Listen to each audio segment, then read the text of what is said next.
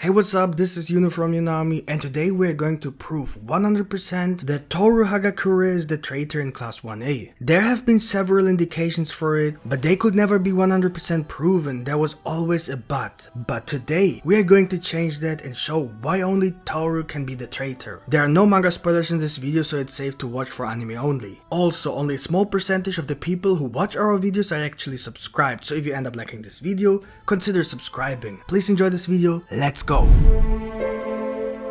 The idea that there was a traitor in UA is nothing new, and who would fit better than someone who is invisible? At first it sounds too easy, so let's break it down. Toru Hagakure, also known as Stealth Hero Invisible Girl, is a grade 1A student at the UA High School training to become a pro hero, or at least that's what she seems to be doing. Toru is a girl with a completely invisible body. She can only be identified by worn items such as clothing and accessories, which makes her the perfect traitor material. It's almost so perfect that it seems too perfect, and thus it might divert suspicion from her. Reverse psychology style, you know? People expect someone important and unpredictable, which makes the most obvious the most unpredictable. The suspicion of Toru began very early in this series when Class 1A elected the class president. In the election, only 19 of 20 votes in Class 1A were counted. 16 names were displayed on the board. Hagakure was not one of the names listed. These 16 students were believed to have voted for themselves, but 3 voted someone else. Uraraka revealed in an internal monologue that she had given her vote to someone other than herself. Ida openly admitted, and Todoroki confessed that he voted for Momo. This leaves Hagakure the only vote that was not considered, and as if that weren't strange enough, the reason her vote was not considered can be found in the fact that she wasn't even in the class when the class president were elected. But what could she have done in the meantime? What we deduced from it is that her absence was on the same day, in fact shortly before reporter rushed inside UA. A stealth hero familiar with the layout of the UA is accidentally absent during an emergency situation where reporters stormed the school and panic broke out among the students. Either a very unfortunate coincidence or a perfectly planned opportunity. It is very noticeable that Toru was missing on that very day, with none other than Shigaraki being the one who used his power to destroy the entrance. We later learned during the USJ arc the villains were somehow given a staff plan, and I think it's safe to assume that they acquired the staff plan the other day during the UA mass panic. In summary, it's easy to assume that Toru's absence, the panic caused by Shigaraki, and the acquired staff plan can be linked together, but that's not enough to prove that Toru is a traitor. The next incident that makes Toru suspicious happens just a short time later, during the USJ arc, in which Class 1A takes a trip to the unforeseen simulation joint to improve their rescue skills.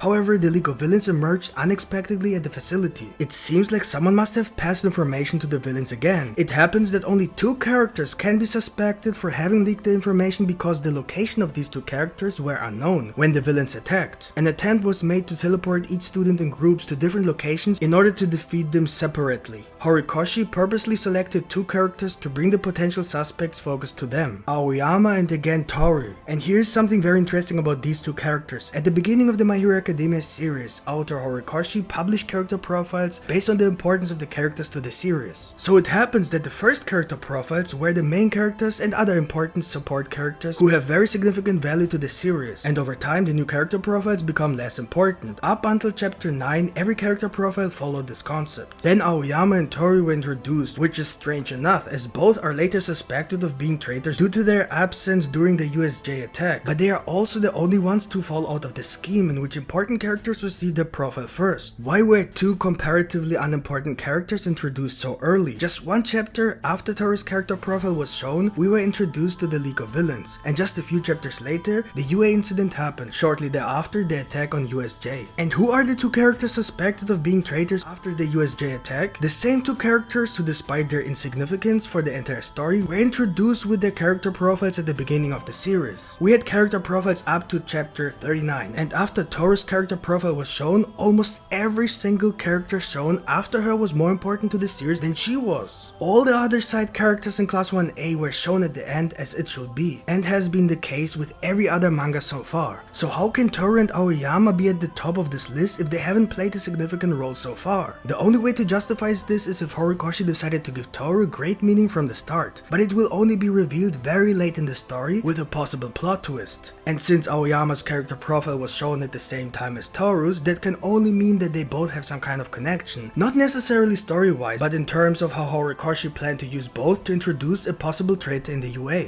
But let's talk more about both characters in terms of this arc. Not only were they both missing, but were specifically mentioned as missing by Horikoshi. Everyone should now realize that this cannot be a coincidence, but where it gets really weird is the explanation from both characters of where they have been all along. Toru has revealed that she was teleported away along with Todoroki. Before we get into why this is beyond belief, let's just imagine how ridiculous it would be if this was the truth. Imagine if Horikoshi first makes her location unknown just so he can reveal that Toru was simply with Todoroki the entire time. But that gets even more ridiculous when you consider that Aoyama said he was in a secret place and refused to tell everyone where exactly he was. If you look at both of these excuses, Toru just seems less suspicious because she gave a clear location, even if her location doesn't make sense, as we will explain in a moment. Aoyama on the other hand is acting very strangely, which leads people to believe that he's the traitor. But if it were that easy and Toru really wasn't lying, then why the hell should Horikoshi have kept her whereabouts a secret when it's so obvious that Aoyama is the traitor? Maybe there's more to it that we just don't understand yet. If we could only prove that Aoyama is actually just a petty coward hiding in dangerous situations, then Toru would be the prime suspect for the second time in a row. And guess what, we can? Because during the training camp arc, when the villain attacked, the location of Aoyama was once again unknown. Through internal monologues, it became obvious that this cowardly behavior actually bothered him very much, so that he decided to overcome his fears, which he couldn't before. So the reason Aoyama's location was unknown is that Horikoshi wanted to create two suspects, but Aoyama was just hiding, which is why he said he was in a secret location. Because he didn't want to reveal the truth, that he just left his friend to fight alone. That leaves only Toru, who, now that we have found a very reliable explanation for what Aoyama was doing, seems to be extremely suspicious due to the very unreliable explanation she gave of where she was during the attack. But before my partner Yami continues, if you already like our content, please leave a like. With your support, we can continue the My Hero Academia content on this channel. And if you are new, subscribe and activate the notification bell so you don't miss any new video, otherwise YouTube will not notify you. Her story just doesn't fit the given details. When everyone was sent to different places, those who were close to each other were sent to the same place, like the groups Bakugo and Kuroshima, Deku, Tsu and Minieta, or Momo, Jiro and Denki. Toru wasn't anywhere near Todoroki. In fact, on the contrary, she was at the top of the group while Todoroki was at the bottom. Apart from the fact that it was simply impossible for her to be teleported with Todoroki, Todoroki immediately froze the entire place after he was teleported. Todoroki himself pointed out that he should have frozen her. After the attack, a detective counted the number of students. He counted up to 18 without including Deku. Toru suddenly appears and claims to have been with Todoroki in the landslide. Even if we assume that despite the explanation we just gave, she could have been with Todoroki, how did she know that Ojiro was teleported to an area where he was all alone? The distance between the landslide and the place where Ojiro was sent was very far apart. There was no way she could know anything about Ojiro or his whereabouts if she really was with Todoroki. But that's not all. The next incident was at the training camp attack, which people like to use as a counter argument against the assumption that Toru may be the traitor, because they claim that she was found in her bed. But just because she was lying in her bed in this picture doesn't mean she's innocent. If she's really sleeping, why is she sleeping completely naked?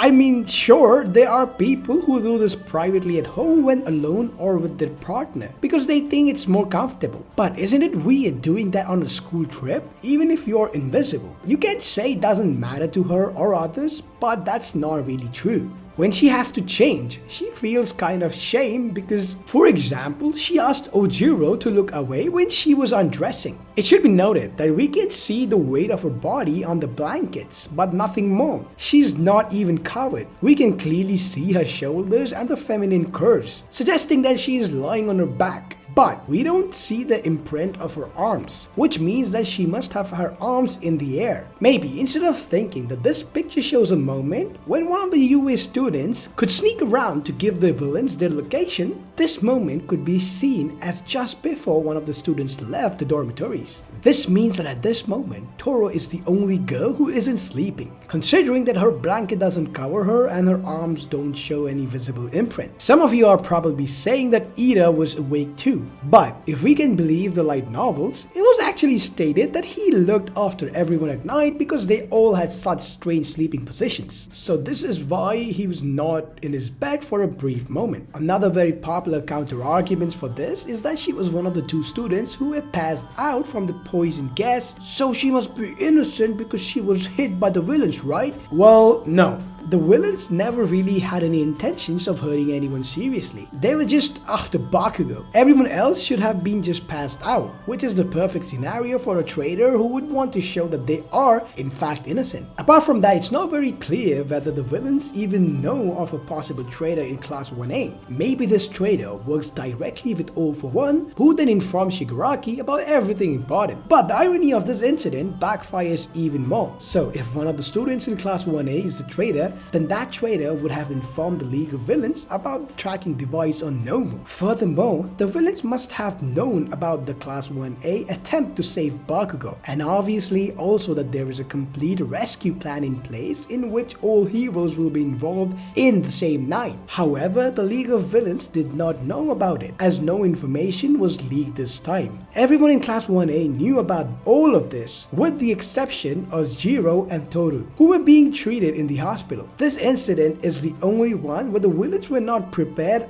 and informed of the heroes' plans. So, only one of them can be the traitor if it's a Class 1A student. If all of this wasn't evidence enough, Toru was also the one suggesting that Class 1A that they all should go shopping together, and we all know who happened to be there in the same mall. Shigaraki, who usually never takes such an easy walk, especially in a mall, and right there he happened to meet Deku in the same place and at the same time. But hey, that's just a coincidence. She's just the perfect person to be the traitor. In fact, she's so perfect that people would just think it's too obvious. But even if we ignore the evidence of her own actions, the foreshadowing and the hidden clues give away the possibility that she is a traitor. Her room seems normal, almost too innocent. But we all know that if the traitor is a Class 1A student, then Horikoshi must have hidden clues somewhere in her dorm. So what can we conclude with Toru's room? It seems like she likes surprises. She has a pop-up pirate, a Matryoshka, a jack-in-the-box, a pillow on the bed that is like wrapped in a gift, a table with a bow motif, and a seat that is modeled on a heart-shaped gift. It almost seems like her character is like a gift. You only see the outer box, but you don't really know what's on the inside until the package is opened, and you are surprised. She suggested the surprise house for the cultural festival. One of her preferences is open prank shows. All of this could be a great premonition that she actually is a surprise herself. We never saw her fights, we never saw her backstories, we never saw her character development. There is no emotional investment or internal monologues to show her true intentions. Her very name suggests all of these assumptions. Her name is Hagakure, which means hidden by the leaves or hidden leaves.